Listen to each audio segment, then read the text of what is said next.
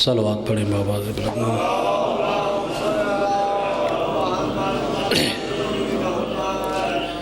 نعرہ تکبیر، نعرہ رسالت، نعرہ حیدری، حسینیت، یزیدیت، آل محمد کے دشمنوں پر لعنت۔ صلوات بآواز بلند پڑھ لیں محمد والے۔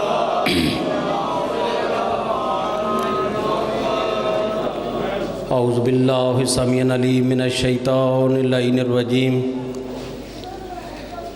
بسم اللہ الرحمن الرحیم۔ الحمد للہ الذی تجلی للقلوب بالعظمت واحتجب عن الابصار بالعزت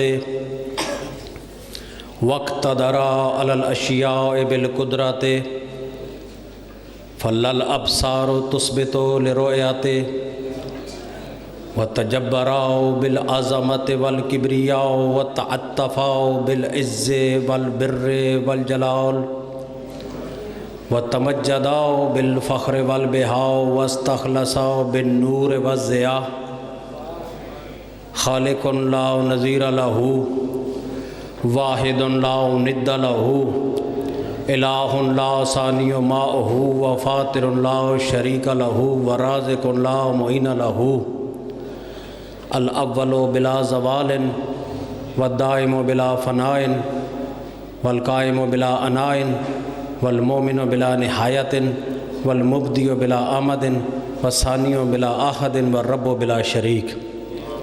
ثم الصلاۃ والسلام بالتحیت والاکرام علی سید اصل ما فی الوجود، سر اللہ فی کل موجود، نقطۃ دائرۃ الوجود، صاحب اللواء الحمد و مقام المحمود، سید العرب والعجم، سیدنا و مولانا شفیع ذنوبنا و طبیب قلوبنا ابی القاسم محمد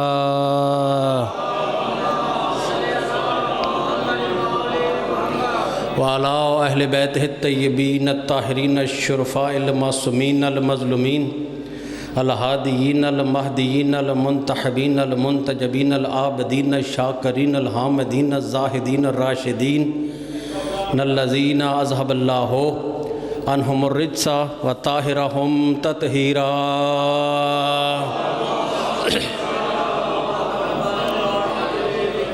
ولعنۃ اللہ علی اعدائہم اجمعین وغصب حقوقہم ومنکر فضائلہم ومصائبہم وولایتہم وغیبتہم وظہورہم ونزولہم اجمعین۔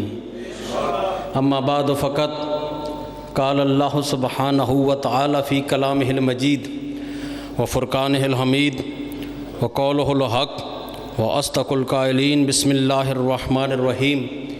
ان اول بیت وضع للناس للذی ببکۃ مبارکہ ھدی للعالمین۔ صلوات بآواز۔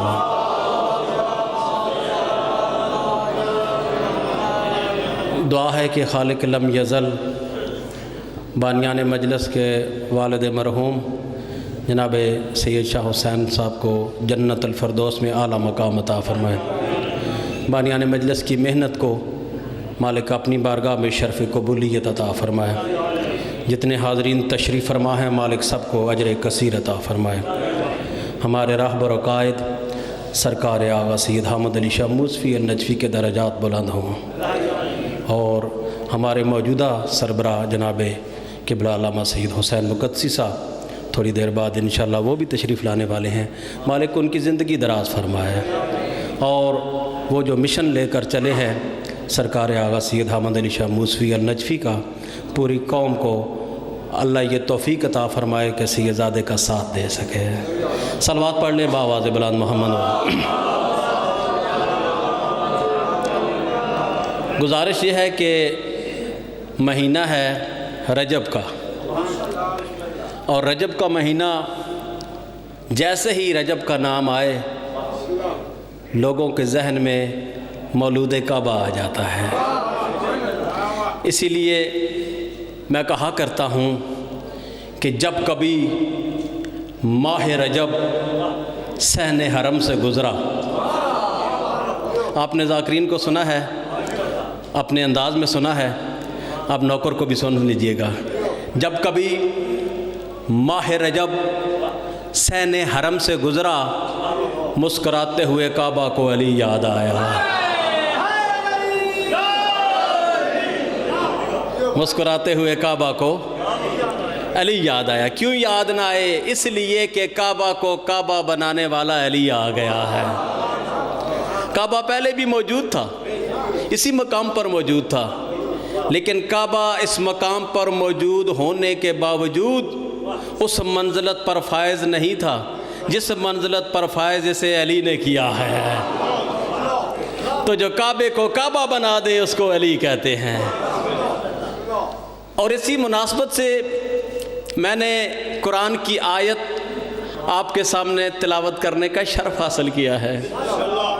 اپنی طرف سے تو بات کرنی نہیں، منبر ہے آل محمد کا، منبر ہے پاک ہستیوں کا، اس پہ کھڑے ہو کے بندہ اپنی طرف سے بات کرے یا شاید جی جھوٹ کہے تو اس سے بڑا لعنتی کوئی نہیں ہوتا۔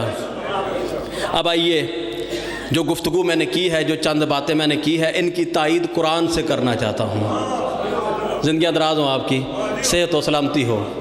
اللہ فرماتا ہے اِنَّا اولا بیت وضع للناس۔ دیکھیں کتنا میں نے روک کے اور بالکل کھلا کھلا کر کے پڑھا ہے تاکہ ہر مومن کے ذہن میں آیت اتر جائے۔ اور یہ سورہ آل عمران کی آیت ہے۔ اللہ کہتا ہے کہ تحقیق سب سے پہلا گھر روئے زمین پر جو میں نے بنایا، کون کہہ رہا ہے؟ اللہ۔ کس گھر کا ذکر ہو رہا ہے؟ پہلے گھر کا۔ تحقیق سب سے پہلا گھر روئے زمین پر جو میں نے بنایا، وضع للناس، کچھ مخصوص لوگوں کے لیے بنایا۔ اب یہ آیت ہے، روایت نہیں ہے، قرآن کی آیت ہے۔ وضع للناس، کچھ مخصوص لوگوں کے لیے، خاص لوگوں کے لیے، بے بکتن مبارکہ۔ اور اس کو جس مقام پہ بنایا اس کو کہتے ہیں مکہ مبارکہ۔ بنایا کیوں؟ اس گھر کو بنایا کیوں؟ ہدی للعالمین، تاکہ یہ کعبہ عالمین کی ہدایت کر سکے۔ سردار صاحب زندگیاں دراز ہوں۔ تاکہ یہ کعبہ عالمین کو ہدایت کر سکے۔ اب پتہ چلا کعبے کی تخلیق کا مقصد ہدایت ہے۔ کعبے کو اللہ نے ایسے ہی نہیں بنا دیا، اور بنایا ہے اپنا گھر، بیت اللہ۔ بیت اللہ کا مطلب ہوتا ہے اللہ کا گھر، اور گھر کی پہچان مکین سے ہوتی ہے۔ اگر گھر میں کوئی رہتا نہ ہو، اس گھر کی پہچان ختم ہو جاتی ہے، آہستہ آہستہ اس گھر کا نام و نشان مٹ جاتا ہے۔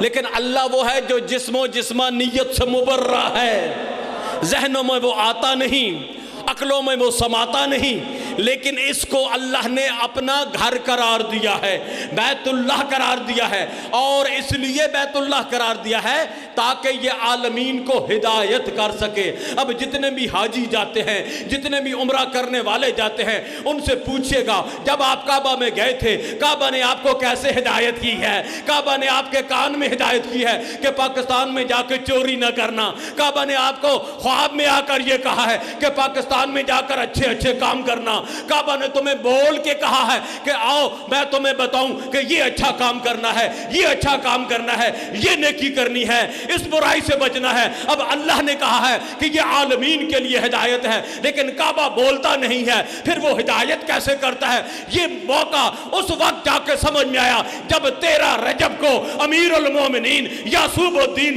لنگر آسمان و زمین حیدر کرار کا نزول کعبے میں ہوا، تو کعبے نے پکار کے کہا آؤ جس نے ہدایت لینی ہو، امام المتقین آ رہا ہے۔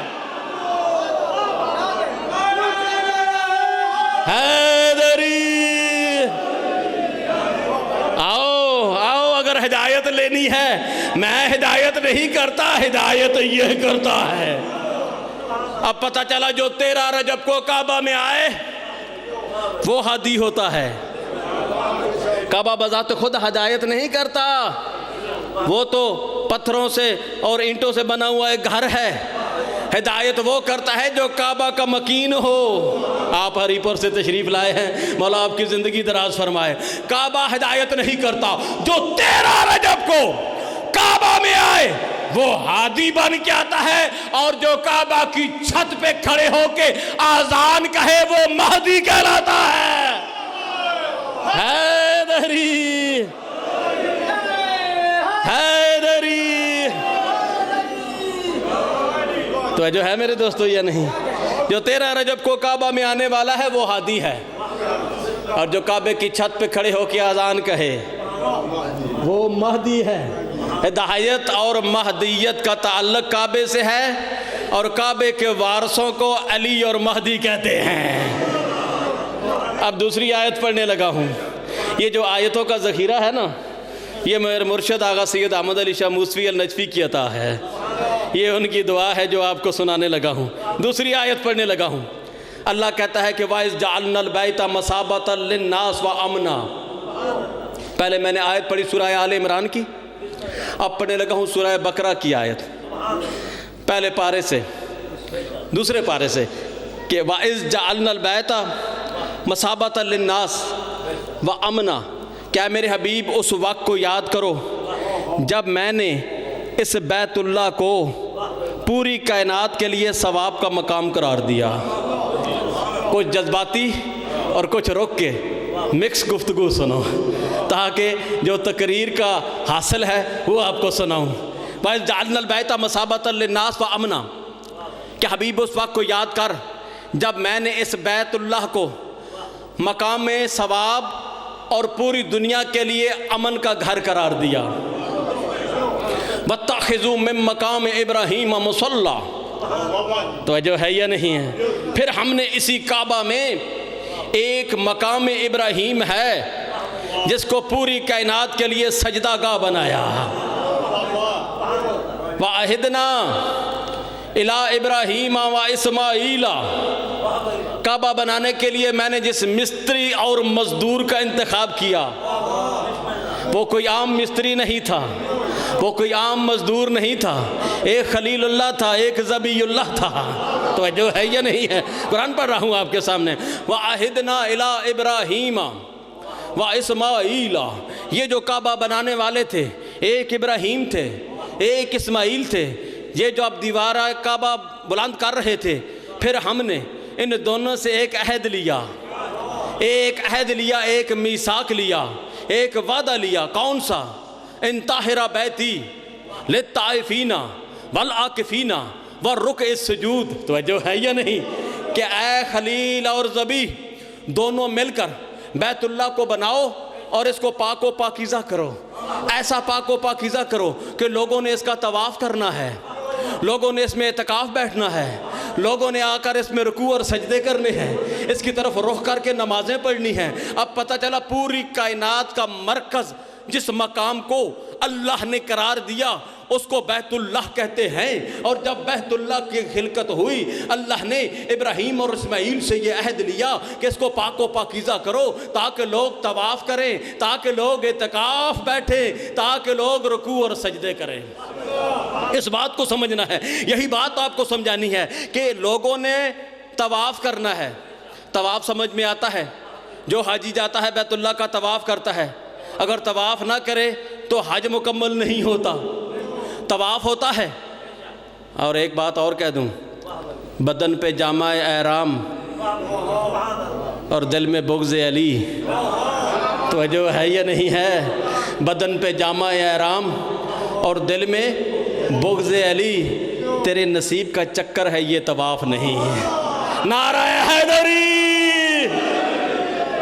بدن پہ جامہ احرام، طواف ضرور کر، لیکن جو بیت اللہ کا مکین ہے پہلے دل میں اس کی ولایت کو بسا، پھر تیرا طواف ہوگا۔ لوگوں نے طواف کرنا ہے، لوگوں نے رکوع اور سجدے ادا کرنے ہیں۔ یہ دونوں باتیں میری سمجھ میں آ گئیں، آپ کی بھی سمجھ میں آ گئی، لیکن تیسری بات قابل غور ہے۔ اللہ نے کہا کہ ابراہیم اور اسماعیل دونوں مل کر اس کو پاک و پاکیزہ کرو، لوگوں نے اس میں اعتکاف بیٹھنا ہے۔ توجہ ہے میرے دوستو یا نہیں ہے؟ توجہ ہے میرے دوستو یا نہیں؟ لوگوں نے اس میں اعتکاف بیٹھنا ہے۔ اب مجھے دکھائیے آدم سے لے کر آج تک کوئی کعبہ میں اعتکاف بیٹھا ہو؟ کوئی ہو تو نام بتائیں مجھے۔ اللہ نے کہا کہ اس میں لوگوں نے اعتکاف بیٹھنا ہے، اب بیٹھا ہوا کوئی نظر نہیں آتا۔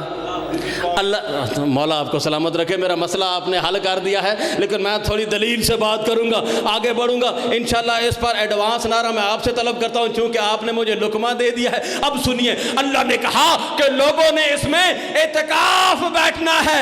اب قبلہ مجھے آدم سے لے کر آج تک کوئی بیت اللہ کے اندر اعتکاف میں بیٹھا ہوا نظر نہیں آتا سردار صاحب، لیکن اللہ کہتا ہے کہ لوگوں نے اعتکاف بیٹھنا ہے۔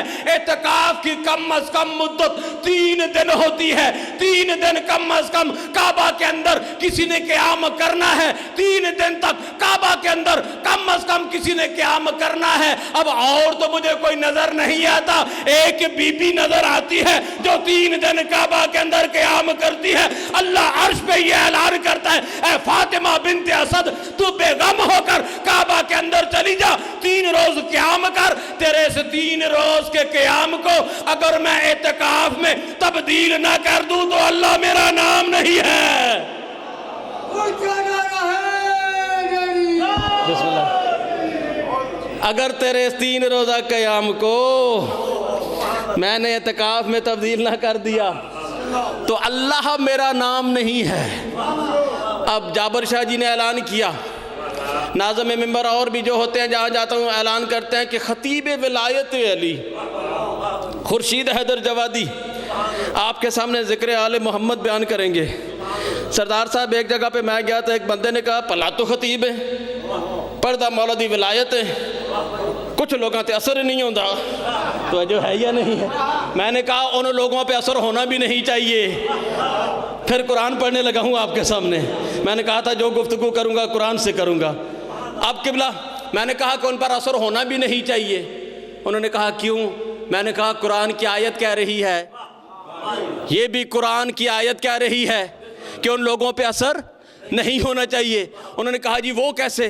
میں نے کہا پڑھیے قرآن، سورہ آراف میں ارشاد رب العزت ہوتا ہے وَلَقَدْ ذَرَّأْنَا لِجَهَنَّمَ كَثِيرٌ مِّنَ الْجِنِّ وَالْإِنسِ، کہ میں قیامت والے روز جنوں اور انسانوں کی اکثریت سے جہنم کو بھر دوں گا۔ ہائے ہائے ہائے ہائے، نعرہ حیدری، جلدی جلدی چلاؤ بھائی جان۔ میں بروز معاشر جنوں اور انسانوں کی اکثریت سے کس کو بھر دوں گا؟ جہنم کو بھر دوں گا۔ اب پتہ چلا جو بنا ہی جہنم کے لیے ہے، جو بنا ہی جہنم کے لیے ہے، جس کی خلقت ہی جہنم کے لیے ہوئی ہے، اس کو علی ولی اللہ پڑھنے کی ضرورت ہی نہیں ہے۔ حیدری وَلَقَدْ ذَرَّأْنَا لِجَهَنَّمَ كَثِيرٌ مِّنَ الْجِنِّ وَالْإِنسِ، کہ بروز محشر جنوں اور انسانوں کی اکثریت کہاں جائے گی؟ جہنم میں جائے گی۔ تو لہٰذا کبھی بھی اکثریت پہ ناز نہ کرنا، کبھی بھی اکثریت پہ نازانہ ہونا۔ اکثریت جہنم میں جانے والی ہے۔ آگے جا کے اللہ نے ان لوگوں کی نشانیاں بتائی ہیں، جابر شاہ جی ان لوگوں کی نشانیاں بتائی ہیں جو جہنم میں جانے والے ہیں۔ ان کی نشانیاں یہ ہیں وَلَهُمْ قُلُوبٌ لَا يَفْقَهُونَ بِهَا، یہ وہ لوگ ہیں جو دل رکھتے ہیں مگر سوچتے نہیں۔ ہائے ہائے ہائے ہائے ہائے، دل رکھتے ہیں سوچتے نہیں۔ وَلَهُمْ أَعْيُنٌ لَا يُبْصِرُونَ بِهَا، آنکھیں رکھتے ہیں دیکھتے نہیں۔ وَلَهُمْ آذَانٌ لَا يَسْمَعُونَ بِهَا، کان رکھتے ہیں مگر سنتے نہیں۔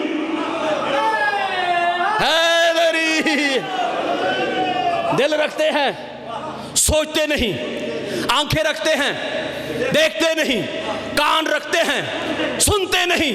اللہ نے کہا سنو خورشید جوادی، ان لوگوں کی پہچان یہ ہے اولئک کالانعام، یہ دکھائی دینے میں انسان ہیں، حقیقت میں جانور ہیں۔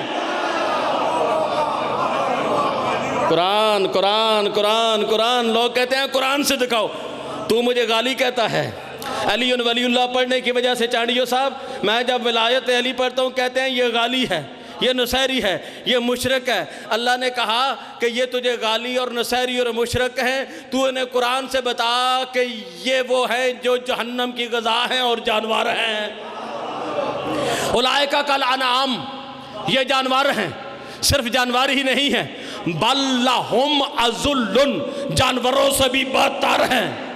صرف جانور ہی نہیں ہیں، جانوروں سے بھی بدتر ہیں۔ اب میں کیسے پہچان کروں کہ دکھائی دینے میں تو ہر بندہ نظر آتا ہے، بڑی بڑی داڑھی رکھی ہوئی ہے، لمبے لمبے قد ہوتے ہیں، آتے ہیں، لوگ کہتے ہیں بندہ آ رہا ہے، انسان آ رہا ہے۔ اللہ کہتا ہے کہ یہ تمہیں انسان دکھائی دیتے ہیں، دکھائی دینے میں انسان ہیں، اندر سے جانور ہیں۔ دکھائی دینے میں انسان ہیں، اندر سے جانور ہیں۔ اب کیسے پتا چلے کہ وہ لوگ اندر سے جانور ہیں؟ کبھی بھی پتا نہ چلتا۔ چوتھے امام کا زمانہ تھا، مولا سجاد کا زمانہ تھا، حج کے ایام تھے، بیت اللہ کا طواف ہو رہا تھا۔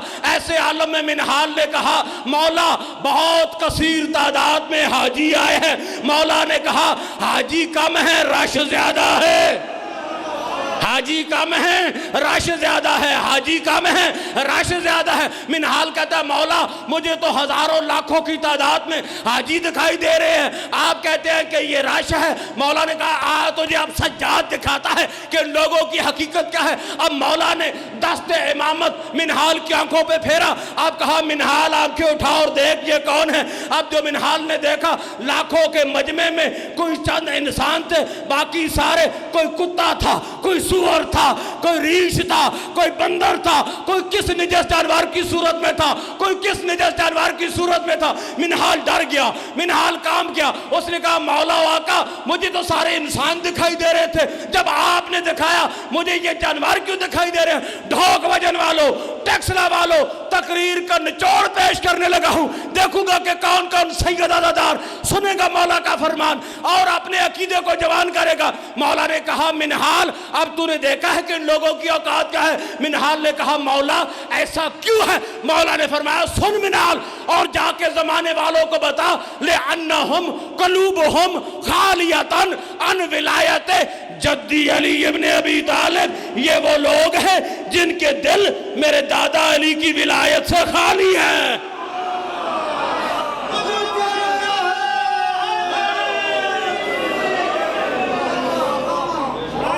یہ وہ لوگ ہیں جن کے دل میرے دادا علی کی ولایت سے خالی ہیں۔ اب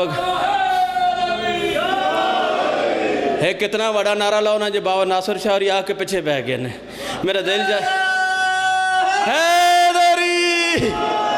مولا زندگی دراز کرے جس طرح محبت سے شاہ جی، جس طرح محبت سے اہلیان ٹیکسلا نے ڈھوک وجن نے مجھے سنا ہے، میرے بڑے تشریف فرما ہیں، مجھے اس ممبر پر لانے والے تشریف فرما ہیں۔ اب میرا دل یہ چاہتا ہے تقریر کا اختتام ایک اور آیت سے کروں، اور وہ آیت اس سے بھی بڑی ہوگی جو ابھی سنیے نا۔ آپ حیران ہو گئے ہیں کہ میں نے آپ کو قرآن سے دکھا دیا ہے کہ یہ جو علی ولی اللہ کے منکر ہیں یہ نجس جانور ہیں، دکھائی دینے میں انسان ہیں، نجس جانور ہیں۔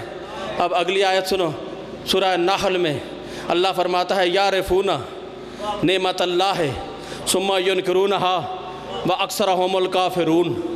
توجہ ہے یا نہیں ہے کہ یہ جانتے ہیں کہ اللہ کی نعمت کیا ہے، جانتے ہیں کہ نعمت کیا ہے، جاننے کے باوجود اس نعمت کا انکار کرتے ہیں۔ وَأَكْثَرُهُمُ الْكَافِرُونَ، یہ تمہیں جو کلمہ گو دکھائی دے رہے ہیں ولایت کے منکر، یہ سارے کافر ہیں، یہ سارے کافر ہیں۔ اب مولا کے پاس ایک بندہ گیا، اس نے کہا مولا یہ جو اللہ قرآن میں کہتا ہے یعرفون نعمت اللہ ثم ینکرونہا واکثرہم الکافرون، کہ یہ جانتے ہیں کہ نعمت کیا ہے، جاننے کے باوجود اس نعمت کا انکار کرتے ہیں، یہ کافر ہیں۔ اس نعمت سے مراد کیا ہے؟ یہ نعمت کون سی ہے؟ اب میرے قوم کا سرمایہ، میرے قائد کے جانشین، سربراہ تحریک نفاذ فقہ جعفریہ سرکار علامہ حسین مقدسی صاحب کی آمد ہے۔ میرا دل یہ چاہتا ہے کہ جیسے ہی میرے لیڈر اس مجلس اعزاز میں داخل ہوں میں بھی آگے سے ان کو ایک تحفہ پیش کروں۔ اس کے لیے آپ نے میرا ساتھ دینا ہے، جڑا پچھلا میں پڑھے اور ضائع نہیں کرنا۔ اللہ کہتا ہے یعرفونا نعمت اللہ ہے ثم ینکرونہا واکثرہم الکافرون۔ صلوات پڑھے بآواز بلند محمد وآلہ۔ سرکار علامہ سید حسین مقدسی صاحب کی آمد پر نعرہ تکبیر، نعرہ رسالت، نعرہ حیدری، نعرہ ولایت، سارے بولو یار، نعرہ ولایت، نعرہ ولایت، نعرہ ولایت۔ برائے صحت و سلامتی آقا حسین مقدسی بلند تر صلوات۔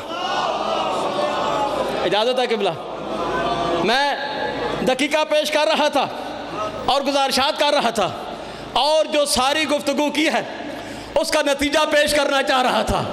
اب میرے سربراہ بھی تشریف لے آئے ہیں، قائد ملت کے جانشین بھی تشریف لے آئے ہیں، تو ان کی موجودگی میں اور لطف دوبالا ہو جائے گا، لیکن آپ نے توجہ میری طرف کرنی ہے۔ اللہ کہتا ہے یعرفونا نعمت اللہ ثم ینکرونہا وَأَكْثَرُهُمُ الْكَافِرُونَ، کہ یہ جانتے ہیں کہ نعمت کیا ہے، جاننے کے باوجود اس نعمت کا انکار کرتے ہیں۔ حقیقت میں یہ کافر ہیں، اندر سے یہ کافر ہیں، دکھائی دینے میں یہ حاجی ہیں، دکھائی دینے میں یہ نمازی ہیں، لیکن اندر سے یہ کافر ہیں۔ مولا سے پوچھا گیا مولا و آقا وہ کون سے لوگ ہیں؟ تو مولا نے فرمایا سنو اور جا کر زمانے والوں کو بتاؤ کہ بسم اللہ کی بے سے لے کر والناس کی سین تک پورے قرآن میں جہاں جہاں بھی اللہ نے نعمت کا ذکر کیا ہے، اس نعمت سے مراد میرے دادا علی کی ولایت ہے۔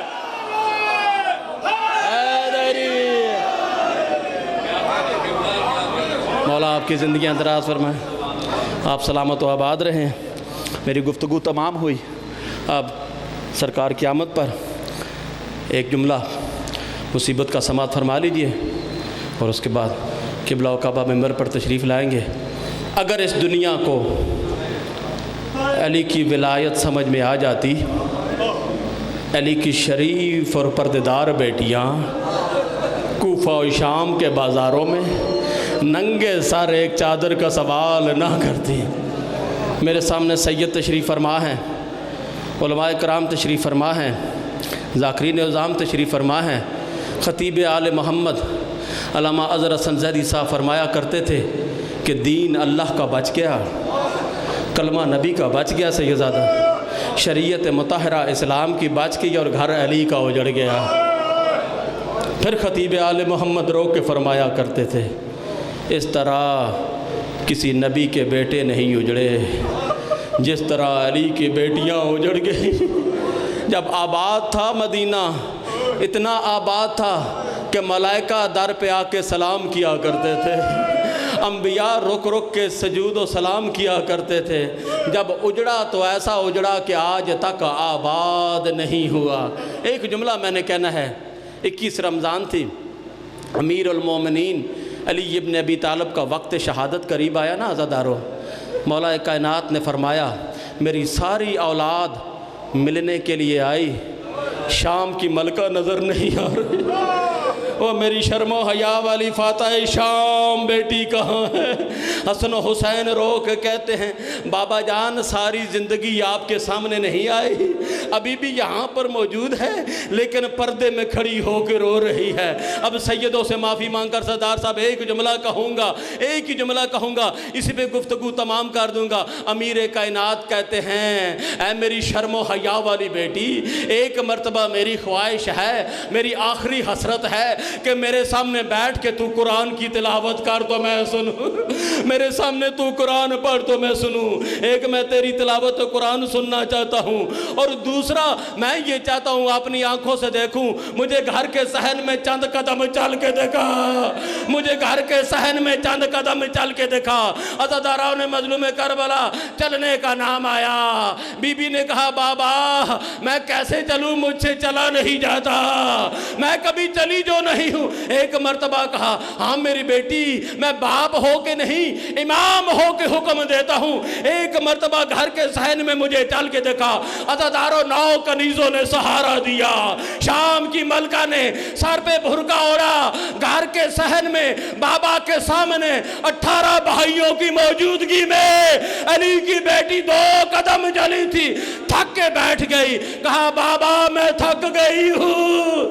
ایک مرتبہ علی نے رو کے کہا او میری شرم و حیا والی بیٹی, اللہ تیری چادر کی خیر کرے. میں کہا کرتا ہوں وہ علی کی بیٹی جو 21 رمضان کو بابا کی لاش پہ بھرکا اوڑھ کے آئی تھی, اللہ جانے وہی علی کی بیٹی 36 شہر 72 بازار 144 گلیاں 288 موڑ, ہر موڑ پہ 90 ہزار بے غیرتوں کے ہجوم میں علی کی بیٹی ایک چادر کا سا